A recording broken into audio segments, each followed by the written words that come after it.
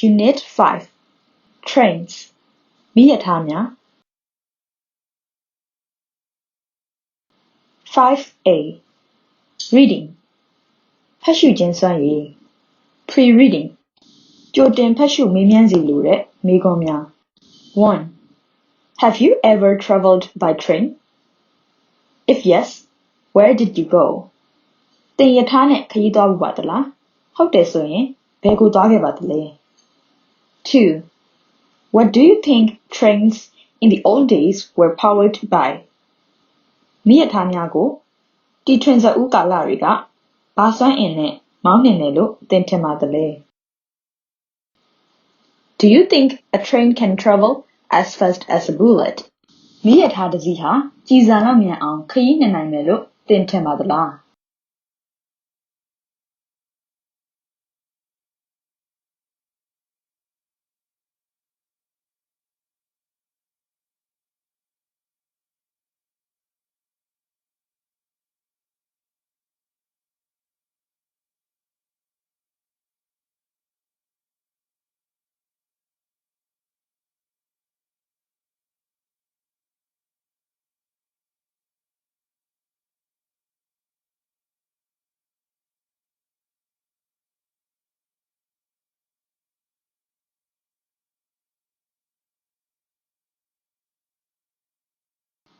Read the passage.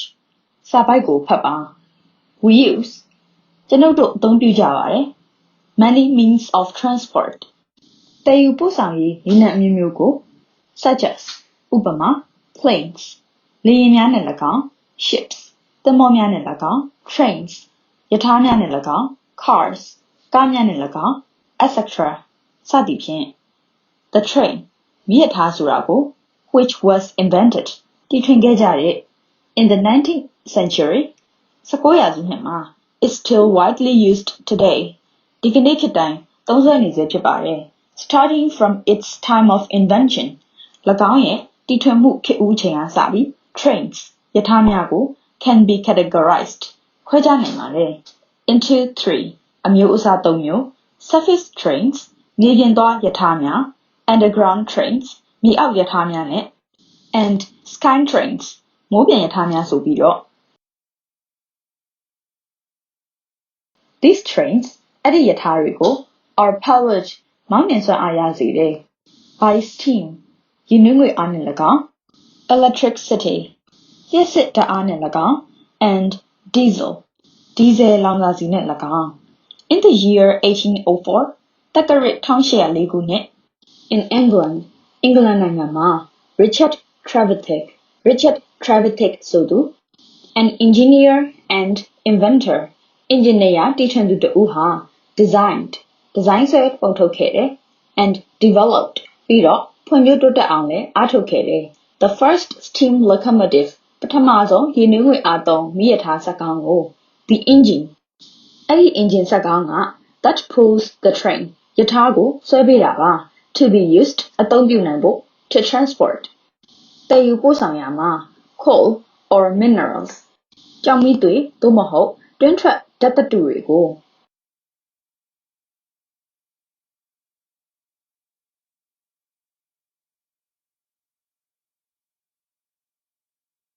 His engine သူ့ရဲ့ engine စက်ခေါင်းက hold ဆွဲယူပေးခဲ့တယ် 10 tons of iron တန်သတ္တု10တန်နဲ့ and 70 men လူအယောက်80ကို for 10 miles 10မိုင်အကွာအဝေးအတွက် at a speed of အမြန်နှုန်းအနေနဲ့5 miles per hour တစ်နာရီ5မိုင်ဖြစ်ပါတယ် In 1829 1829ခုနှစ်မှာ George Stephenson ဆိုတဲ့ a British engineer ဗြိတိရှအင်ဂျင်နီယာတစ်ဦးက developed ဖွံ့ဖြိုးအောင်လုပ်ခဲ့တဲ့ the steam powered locomotive ရေနွေးငွေအားသုံးမီးရထားစက်ခေါင်းကို to hold ဆွဲယူပေးနိုင်ဖို့ for the first time ပထမဆုံးအကြိမ်အနေနဲ့ passengers and freight ခရီးသည်တွေကုန်တွေတင်ပြီးတော့ from Liverpool မြို့ကနေ to Manchester မြို့အထိ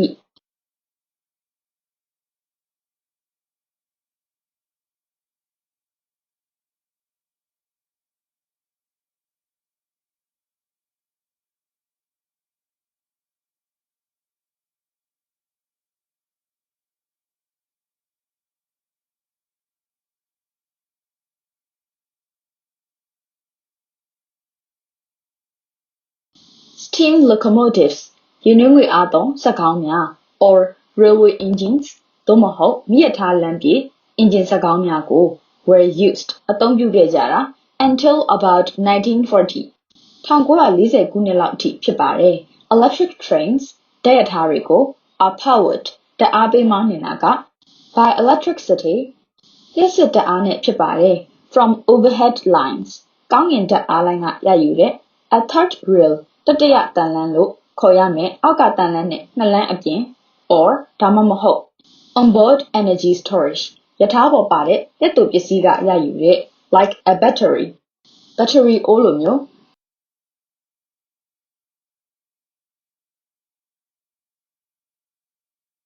they are used အဲ့ဒီစက်ကောင်းတွေကိုသုံးကြတယ် on freight routes ကုန်စည်လမ်းကြောင်းတွေမှာ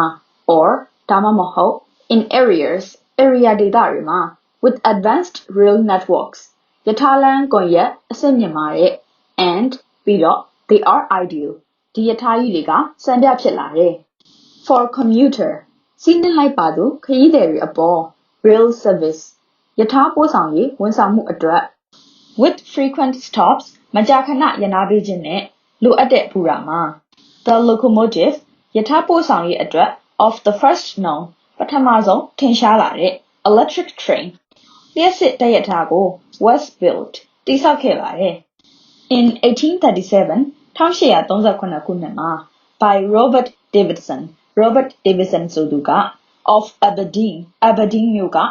and ပြီးတော့ it was powered အဲ့ဒီစက်ကောင်းကိုမောင်းနှင်စွမ်းအားပေးတယ် by galvanic cells လျှပ်စစ်ဓာတ်အိုး cell များနဲ့ batteries ဘက်ထရီအိုးများ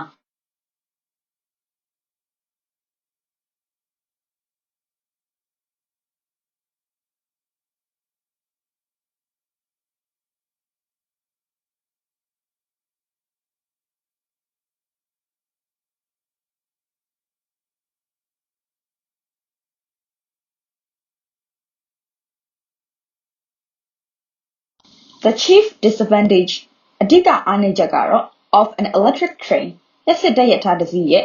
is the high cost ကုန်ကျစရိတ်မြင့်မားခြင်းဖြစ်ပါတယ် of infrastructure အခြေခံအဆောက်အဦတွေရဲ့ overhead lines ကောင်းကင်ဓာတ်ကြိုးလိုင်းလိုမျိုး or third rail သို့မဟုတ်တတိယတန်လန်းလိုမျိုး substations ရနားစခန်းဘူရာငယ်များလိုမျိုး and ပြီးတော့ control systems ထိန်းချုပ်စနစ်များလိုမျိုးIn 1860 1860ပြည့်နှစ်မှာ work on ဆက်လက်တီထွင်မှုအဖြစ် the first underground ပထမဆုံးမြေအောက်ရထားလမ်းကို began in England အင်္ဂလန်မှာစတင်ခဲ့တယ်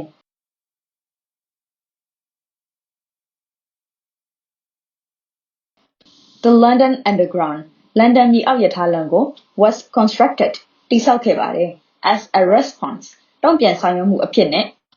to the city's rapid growthအဲ့ဒီမြို့ရဲ့လျင်မြန်တဲ့လူဦးရေတိုးပွားမှုကို the first underground railway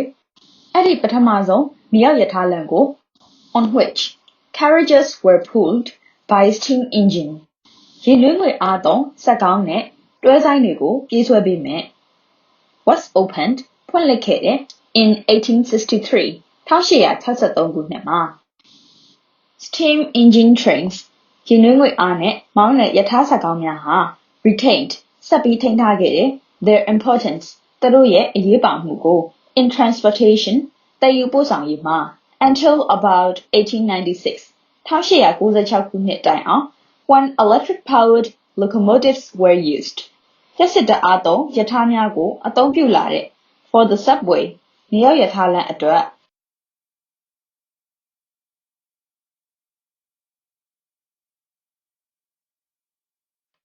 Many cities in the world ကမ္ဘာမြို့ကြီးများစွာမှာ have underground railway မြေအောက်ရထားလမ်းတွေရှိကြပါတယ် nowadays ဒီကနေ့ခေတ်မှာ as underground trains မြေအောက်ရထားလမ်းတွေဟာ are more convenient ပိုပြီးအဆင်ပြေချောမွေ့တဲ့အတွက် cheaper ငွေကုန်ကျမှုပိုသက်သာတဲ့အတွက် and quicker ပိုပြီးလျင်မြန်စေတဲ့အတွက် for commuters လိုက်ပါစီးနင်းသူတွေအတွက် underground trains မြေအောက်ရထားတွေကို are commonly used အသုံးရကြတယ် in New York မြို့တော်ကြီးမှာ Mexico City မြို့တော်ကြီးမှာ Paris မြို့တော်ကြီးမှာ Madrid မြို့တော်ကြီးမှာ Shanghai မြို့ကြီးမှာ Beijing မြို့တော်ကြီးမှာ Guangzhou မြို့ကြီးမှာ Nanjing မြို့ကြီးမှာ Seoul မြို့တော်ကြီးမှာ Moscow မြို့တော်ကြီးမှာ Hong Kong မြို့တော်ကြီးမှာ Tokyo မြို့တော်ကြီးမှာ and Singapore ပြီးတော့ စင်ကာပူမြို့တော်ကြီးမှာ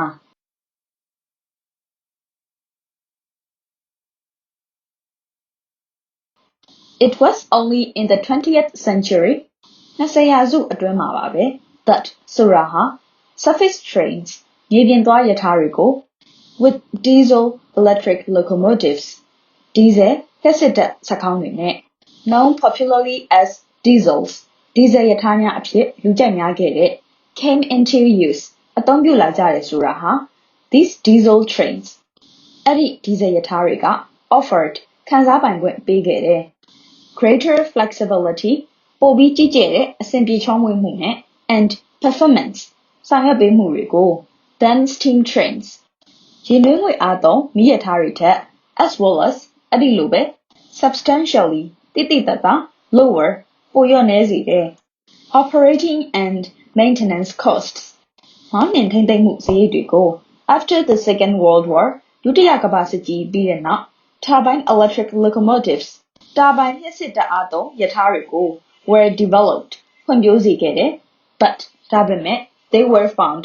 ဒီရထားတွေကိုတွေ့ရတယ် to be uneconomical စီးပွားရေးအတွက်ချေမကိုက်ကြောင်း and were not used ဒီတော့မသုံးဖြစ်တော့ဘူး or developed further တနည်းအားဖြင့်နောက်ထပ်တိုးတက်မလာတော့ပဲဏိကုံးချုပ်သွားရတယ်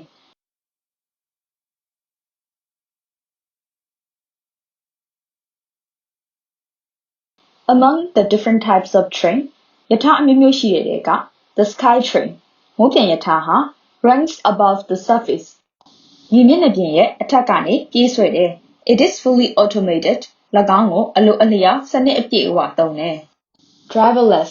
စက်ကောင်မောင်းသူမဲ့ဖြစ်တယ် rapid transit system လျင်မြန်တဲ့ပို့ဆောင်ရေးစနစ်ဖြစ်တယ် in the world ကမ္ဘာမှာ the sky train system မိုးပျံရထားစနစ်ဟာ is a quality rapid transit system လျင်မြန်တဲ့ပို့ဆောင်ရေးစနစ်အရေးအသွေးရှိတယ် that is fully separated အပြည့်အဝခွဲထုတ်ထားပြီးတဲ့ from vehicle traffic မော်တော်ယာဉ်များတွာလာမှုနဲ့ and ပြီးတော့ is an alternative တလဲ့စီဖြစ်အောင်လုပ်ပေးတယ် for the people လူတွေအတွက် to avoid ဖြောင့်ရှားနိုင်ဖို့ being stuck in congestion စုပြုံကြိတ်ညက်နေခြင်းကို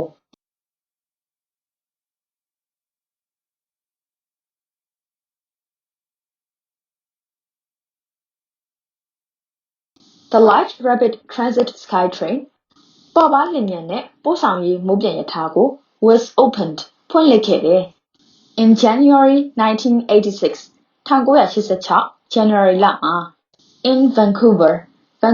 မြို့ British Columbia Canada တို့မှာ SkyTrains မိုးပျံရထားများကို can be seen မြင်တွေ့နိုင်ပါတယ် in the USA American ပြည်ထောင်စုမှာ Germany နိုင်ငံမှာ Japan နိုင်ငံမှာ China တရုတ်နိုင်ငံမှာ Australia နိုင်ငံမှာ and ပြီးတော့ South Africa တောင်အာဖရိကနိုင်ငံတို့မှာ in Thailand ထိုင်းနိုင်ငံမှာ SkyTrains မိုးပျံရထားများကို started operating စတင်ပြေးဆွဲစေခဲ့တယ် in 1999 1999 ခုနှစ်မှာ today ဒီကနေ့ခေတ်မှာ high-speed bullet trains မြန်နှုန်းမြင့်ကြီးစံရထားတွေကို are becoming popular လူကြိုက်များလာနေပါပြီ and common အသုံးလဲများလာနေပါပြီ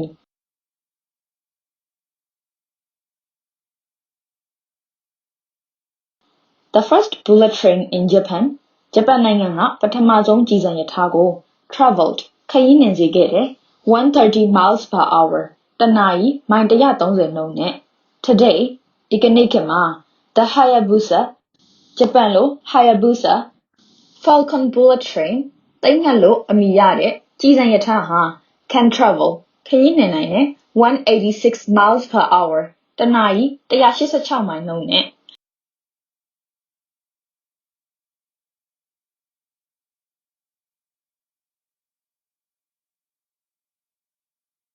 Bullet trains ကြီးစံရထားများကို are now quite common. အခုတော့လုံးဝလူသုံးများနေကြပါပြီ in France ပြင်သစ်နိုင်ငံမှာရော Germany နိုင်ငံမှာရော Belgium နိုင်ငံမှာရော Italy နိုင်ငံမှာရော the Netherlands နိုင်ငံမှာရော Spain နိုင်ငံမှာရော Saudi Arabia နိုင်ငံမှာရော South Korea တောင်ကိုရီးယားနိုင်ငံမှာရော China တရုတ်နိုင်ငံမှာရော and Japan ပြီးတော့ဂျပန်နိုင်ငံမှာရော The invention of the train ယထာရဲ့တီထွင်မှုဟာ is a significant milestone ထင်ရှားတဲ့မှတ်တိုင်တစ်ခုဖြစ်ပါတယ် in the history of human development လူသားဖွံ့ဖြိုးတိုးတက်မှုရဲ့သမိုင်းမှာ trains are very eco-friendly ယထာတွေဟာသဘာဝဂေဟစနစ်ကောင်းမွန်မှုကိုအရန်အထောက်အကူရစေပါတယ် and ပြီးတော့ though they are expensive သူတို့ဟာကုန်ကျစရိတ်များပေမဲ့လည်း to produce and maintain ထုတ်လုပ်ထိန်းသိမ်းနိုင်ဖို့